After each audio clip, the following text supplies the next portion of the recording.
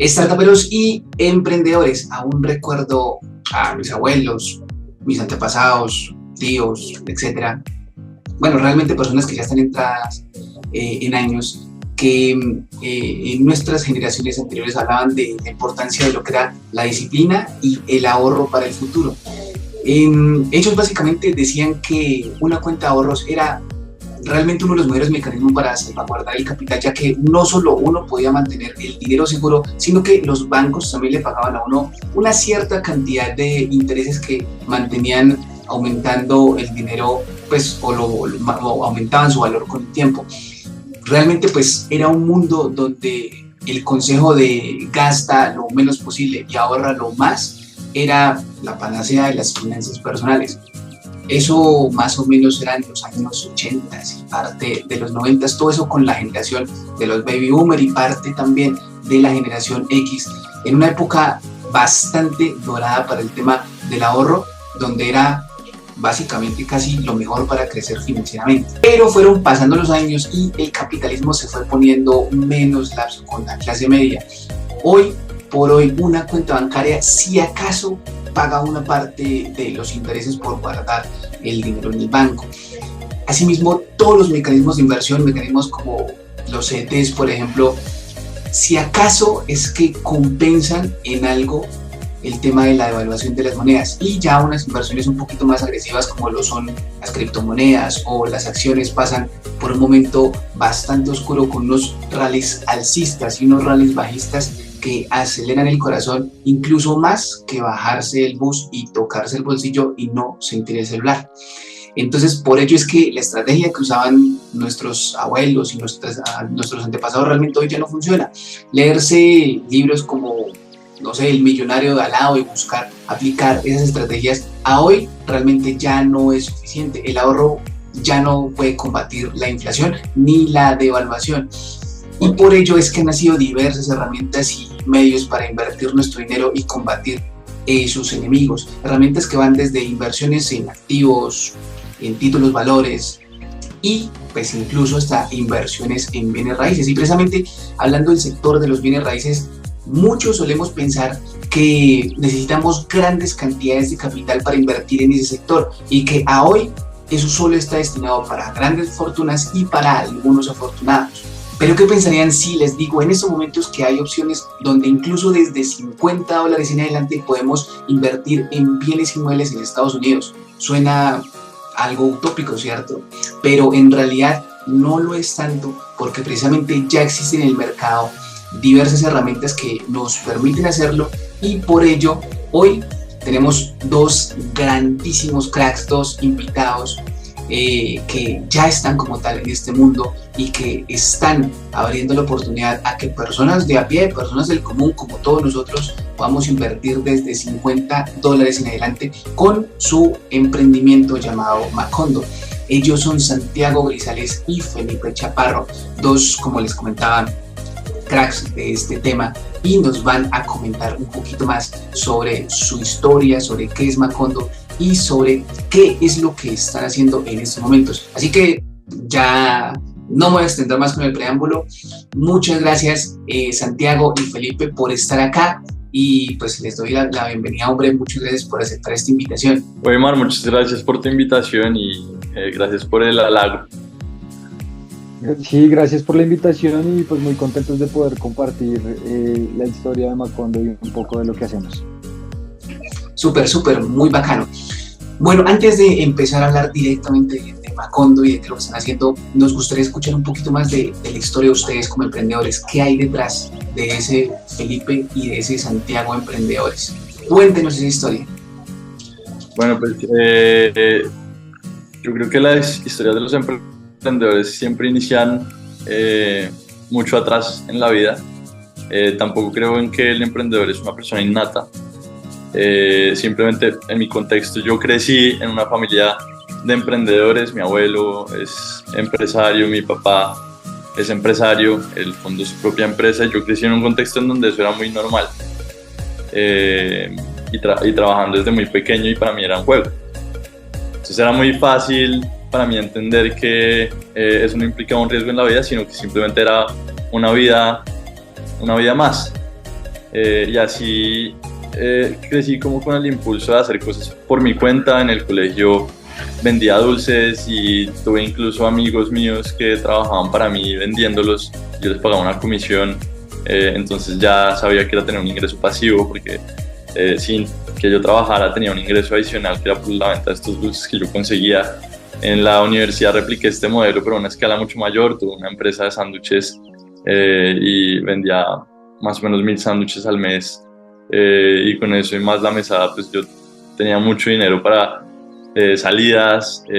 Ahí malgastaba el dinero y soy consciente de eso.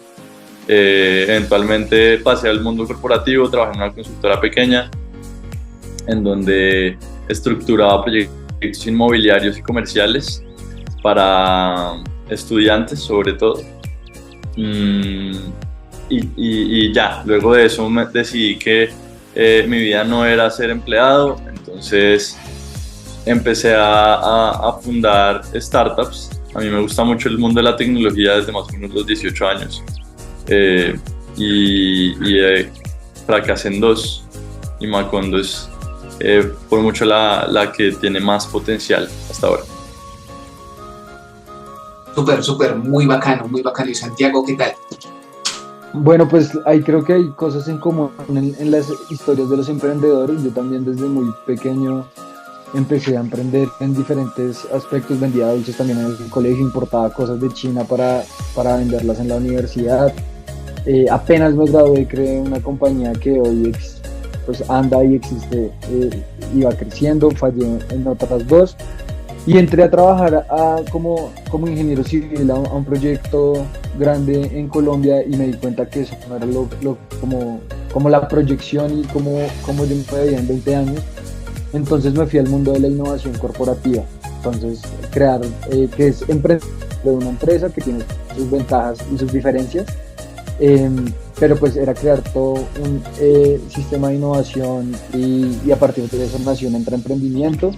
Y después nos conocimos en un evento de emprendimiento con Felipe, y ahí empezamos a hablar y pues también el proyecto tiene mucho sentido para mí, pues por el significado y el impacto que tiene. Entonces uno de los emprendimientos que yo fallé era intentar hacer un crowdlending para darles mejores oportunidades de inversión a las personas, que se volvió un fondo de inversión de amigos a partir de los conocimientos en finanzas que tenía. Entonces tiene muchos componentes que me gustan mucho, pero pues sobre todo lo que me ha movido siempre es la innovación, los retos, la tecnología, y pues es muy emocionante estar en un momento de cambio donde podemos crear este tipo de cosas y generar mucho impacto positivo. Muy bacano y precisamente porque tocan varios punticos del tema del emprendimiento. Lo primero, lo que decía Felipe, es que el tema del emprendimiento también viene en la sangre. Si realmente nosotros venimos de cierta tradición emprendedora, esa vaina se queda ahí en la sangre.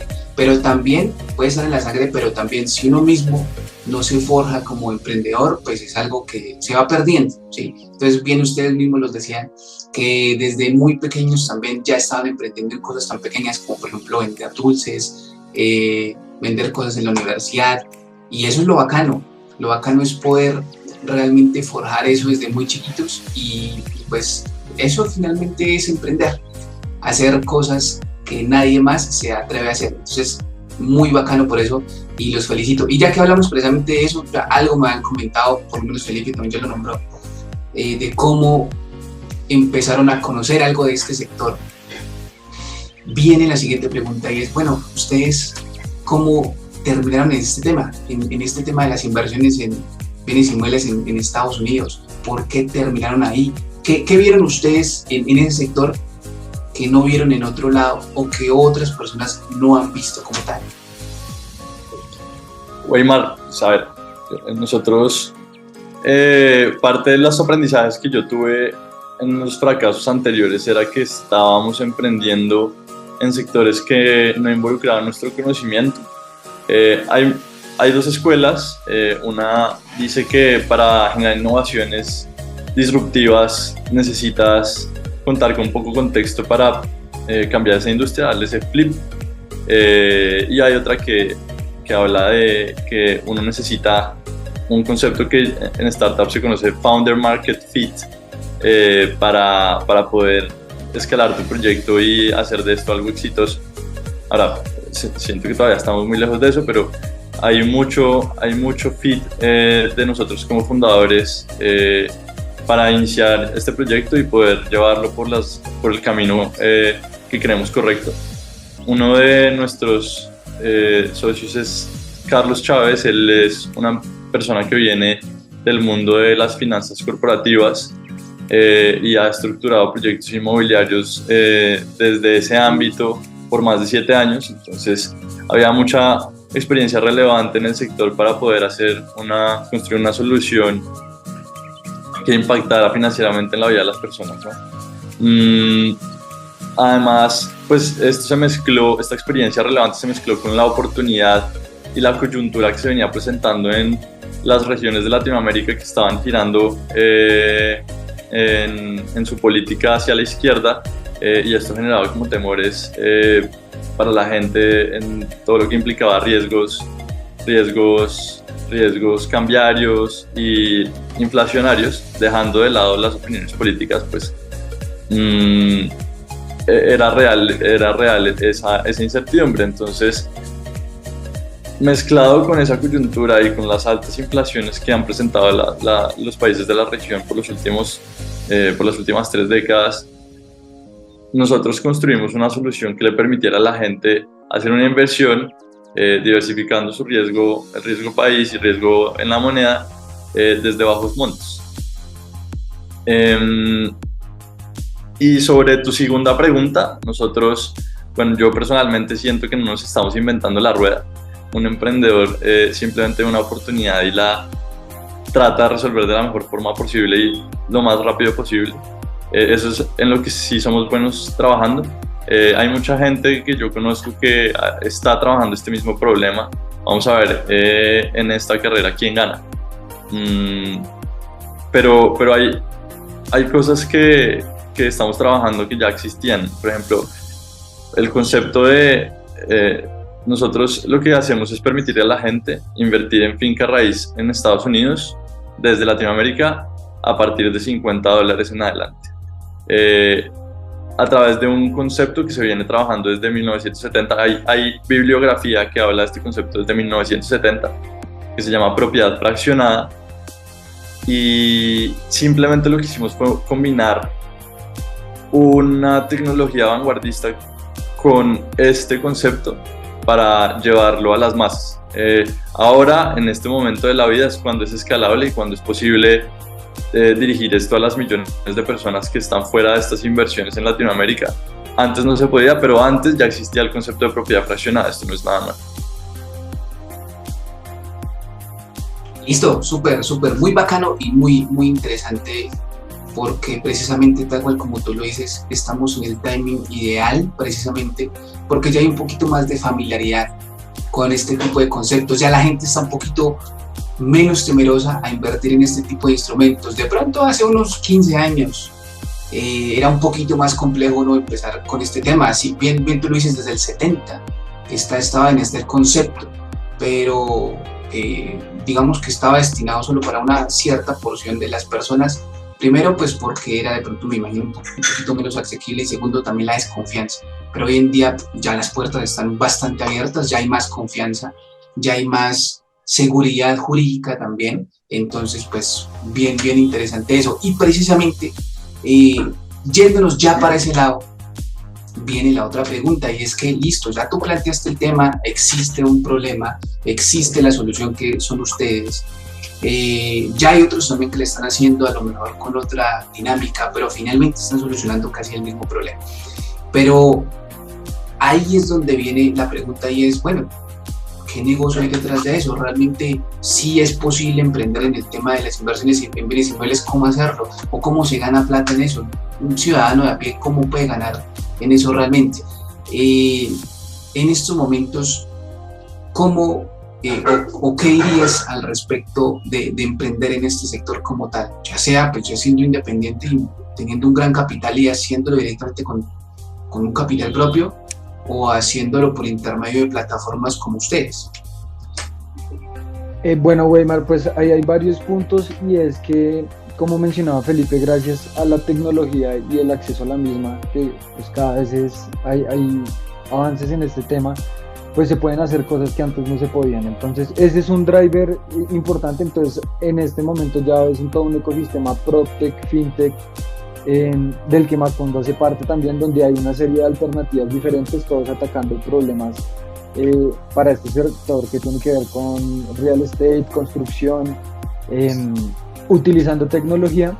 Pero la segunda parte que hay ahí de reto o que tiene mucho que ver con el producto y la misión de Macondo es la parte de educación financiera.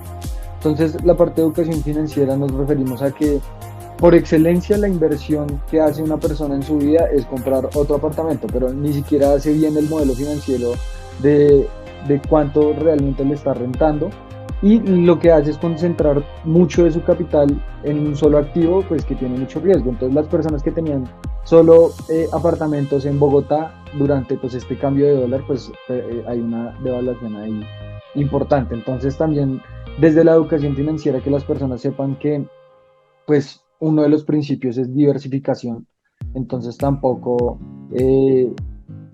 todo concentrarlo en dólares, sino diversificar diferentes alternativas, y la tecnología nos da más alternativas. Entonces tenemos usuarios que saben de inversión, pueden tener control de sus finanzas, pueden hacer inversiones a través en real estate desde bajos montos, porque incluso dentro de la misma plataforma de Macondo puedes diversificar. Entonces no tienes que comprar todo en una sola propiedad, sino puedes diversificar en diferentes estados. Entonces, atendiendo a eso y dando más acceso a las personas, porque en este momento pues la mayoría de personas invierte en real estate, pero la mayoría de personas es como una inversión que hacen más enfocada hacia la seguridad y estabilidad de sus patrimonios, pero sin tener en cuenta bien las oportunidades que existen y los números que hay detrás. Hay otras alternativas también, hay fondos de inversión, pero tienen unos mínimos que son un poco más altos para la mayoría de la población, y empiezan a aparecer plataformas como Macondo que le dan la posibilidad a las personas que quieren invertir desde altos montos hasta bajos montos, ellos mismos tomando la decisión. Muchas veces ya cuando uno empieza a tener un poquito más de conocimiento financiero se da cuenta que cuando invierte en fondos no sabe bien qué activo está detrás, hay unos costos altos por esa administración, y pues uno aprendiendo podría hacerlo directamente, por ejemplo, en Macondo. Entonces, cada vez hay más oportunidades y, como decía Felipe, pues hay una tendencia que es el fraccionamiento. Entonces, cómo se da más acceso a más personas a través de fraccionamiento apoyado en tecnología. Bacano. Finalmente todo se reduce a una sola frase, y es democratización de las inversiones en bienes raíces, en bienes inmobiliarios. Me imagino que eso es lo que ustedes le apuntan directamente.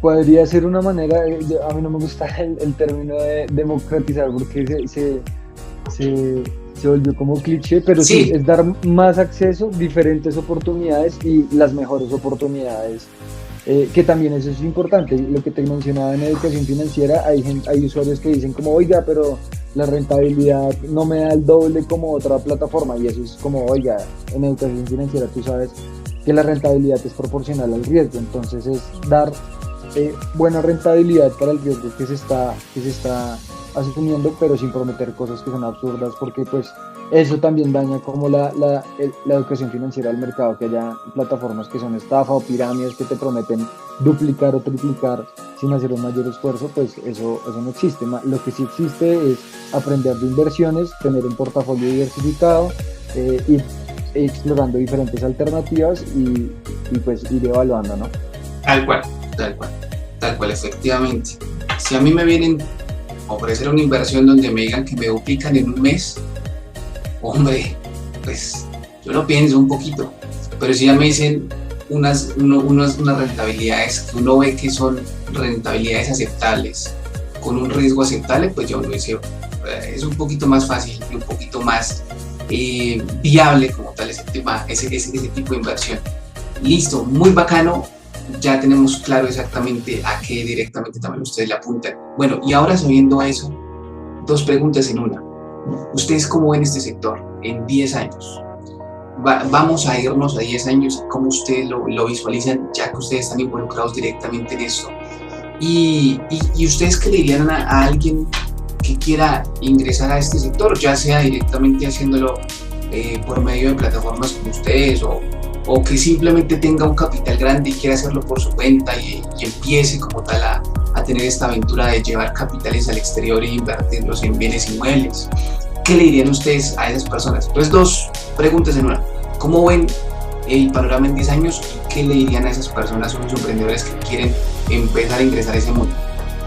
Ok, Pipe, tomo la primera, ¿le parece? Sí, dale, Sam. De una. Pues esa pregunta del futuro es bien interesante porque cada vez los cambios van más acelerados, entonces pues la tecnología sigue habilitando más y más pues este tipo de alternativas, también el acceso a internet y pues que todo el mundo tiene un aparato celular pues en su bolsillo, pues que básicamente nos permite conectar a más personas, pero sobre todo pues con tendencias como el share economy o economía colaborativa también, que se ha visto en otros sectores, va a llegar mucho más fuerte a este tipo de sectores que han sido más tradicionales en eso también. Pues lo que pensamos es que el concepto de propiedad va a cambiar, y pues que cada vez la gente va a tener más alternativas, no necesariamente va a pasar toda la vida para pagar su casa, sino va a poder cambiar como esos mecanismos de crecimiento de su patrimonio, apoyado pues en tecnología también. Pues va a haber seguramente muchos cambios también en toda la cadena de valor, también desde la construcción y diseño de los proyectos hasta su operación y mantenimiento. Vamos a poder tener tecnología para controlar todo eso y poder dar los mejores proyectos, y sin duda creo que va a ser un cambio muy importante en la parte de acceso, que más personas puedan tener acceso a este tipo de oportunidades. Y seguramente saldrán más retos en el camino, pero básicamente consideramos que con ese mindset emprendedor pues los podemos ir afrontando, porque al final nadie sabe lo que va a pasar, ¿no? En 10 años estas son como tendencias y ideas, hipótesis que tenemos, pero pueden pasar diferentes cosas que tenemos que estar listos para adaptarnos. Pipe. Pues nada, sobre la segunda, yo creo que hay dos palabras clave, y es adaptabilidad y humildad. Adaptabilidad es partiendo un poco de la línea argumentativa que tenía Santiago.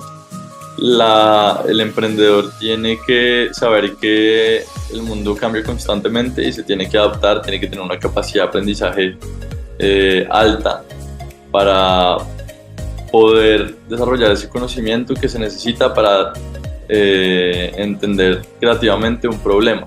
Y sobre eso viene la humildad, y es ser lo suficientemente humilde para creer que uno no tiene la capacidad de saber todo, y tiene que atacar un problema específico. Entonces, el emprendimiento parte de la solución a problemas reales. Lo que tendría por decirle a un emprendedor es: entienda bien, no importa si es en esta industria o no, pero enfocándolo, entienda bien cuáles son las necesidades de ese inversionista, del cliente que tiene, cuál es el problema real, y solucionarlo de la forma más creativa y rápida posible. Para hacerlo tiene que rodearse de las personas que ya lo hicieron. Eso es algo que yo no entendí hace un tiempo, y me costó tiempo en mi vida aprender esa lección. Ahorita trato de rodearme con alguien que está mucho más adelante en el camino para poder aprender cosas que esta persona ya entendió, ya falló, y posiblemente tener esa humildad para poder escuchar y no fallar en lo mismo. Tal cual. Finalmente los emprendedores somos solucionadores de problemas. Y siempre le dicen a uno cuando está emprendiendo, enamórese del problema, no se enamore de la solución, porque pueden haber diversos caminos para llegar a la meta, pero finalmente lo que importa es eso, es el problema. Entonces, tal cual como tú lo dijiste, efectivamente, el tema del problema es lo que más nos debe pues hacer luchar, porque al final uno puede iniciar con una vaina y al final uno termina iterando para otro lado y termina haciendo algo completamente diferente a lo que empezó. Entonces, claramente, eso es como tal. Ahora, si nos devolviéramos en el tiempo de estos momentos, si pudiéramos hablar con esos emprendedores de hace algún tiempo, no sé, cuando ustedes iniciaron, 5 años, 10 años, pero pues más o menos a la etapa en que ustedes empezaron como tal este mundo del emprendimiento, ¿ustedes qué le dirían a ese Santiago y a ese Felipe de hace algunos años como tal, que eran inexpertos, que necesitaban aprender ciertas cosillas? ¿Qué le dirían? Si quieres empiezo yo, Marta. Básicamente, cosas en las que yo habría hecho algo distinto, rodearme de las personas que ya estaban más adelante que yo, en distintas etapas, quien estaba 1 año adelante mío, quien yo creía que estaba 5 años, y el referente. Eso no lo hice muy juiciosamente y siento que me costó tiempo. Yo creo que el recurso más valioso que uno tiene es su tiempo. Eso por un lado, y el segundo es ser lo suficientemente humilde para escuchar, pero lo suficientemente terco para continuar donde todos los demás te dicen que no lo hagas. Y yo creo que eso es una combinación complicada de entender, porque uno como emprendedor siempre hace cosas que son improbables y tiene que tener la convicción de hacerlo aunque la mayoría te diga que no lo hagas. Eso es básicamente las cosas que yo recomendaría. Yo ahí pues muy similar también, como buscar desde más joven mentores y rodearme de personas que me puedan dar inputs diferentes a mi manera de pensar. Digamos que volvería y también me haría recomendaciones de desde mucho antes, pues tener un equilibrio de bienestar, de pues hacer ejercicio, de comer bien, todo eso o sea, lo hubiera hecho desde antes. Y de pronto también pensar no qué habilidades necesito en el momento, sino que voy a necesitar y ir cultivando como ir aprendiendo esas cosas para pues poder ser tener un perfil complementario y poder aportar desde diferentes aspectos, como ser generalista pero y un poco especialista en algún tema. Y yo creo que también pues ya como consejos prácticos es emprender desde el problema, no emprender con el estómago, es decir, uno tener un plan realmente pues porque es diferente vender con caja que vender sin caja. Tener un contador de primero que pues me ayuda a costear bien la operación, a costear bien pues, cuánto me cuesta hacerlo y cuánto espero ganar. Contador, abogado y psicólogo. Contador, abogado y psicólogo. Pero básicamente sí, o sea, como desde el inicio pues tener esas bases bien, armar un buen equipo, creo que eso es lo fundamental, o sea, un equipo excelente puede resolver todos esos problemas.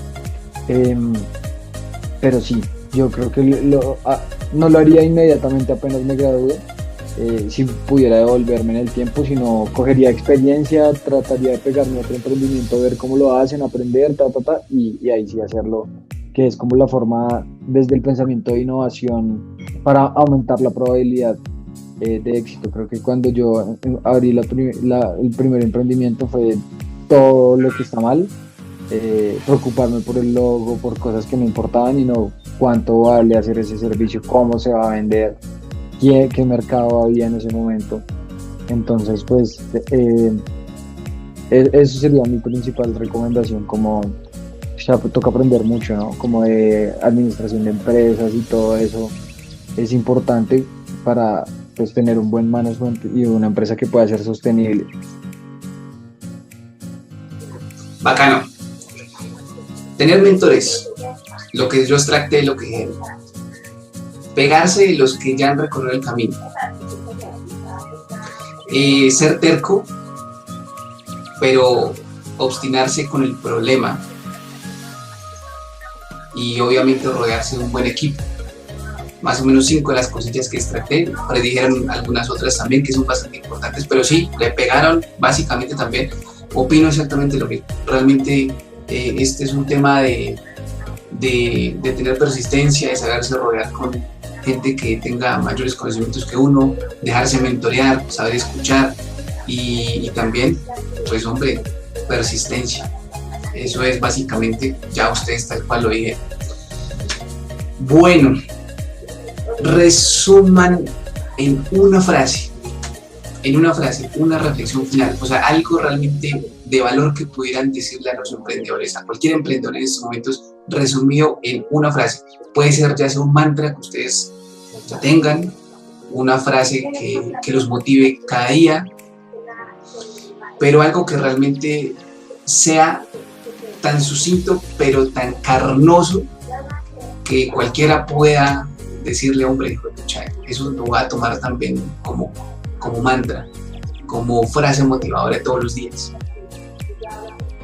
Bueno, yo creo que hay este tipo de cosas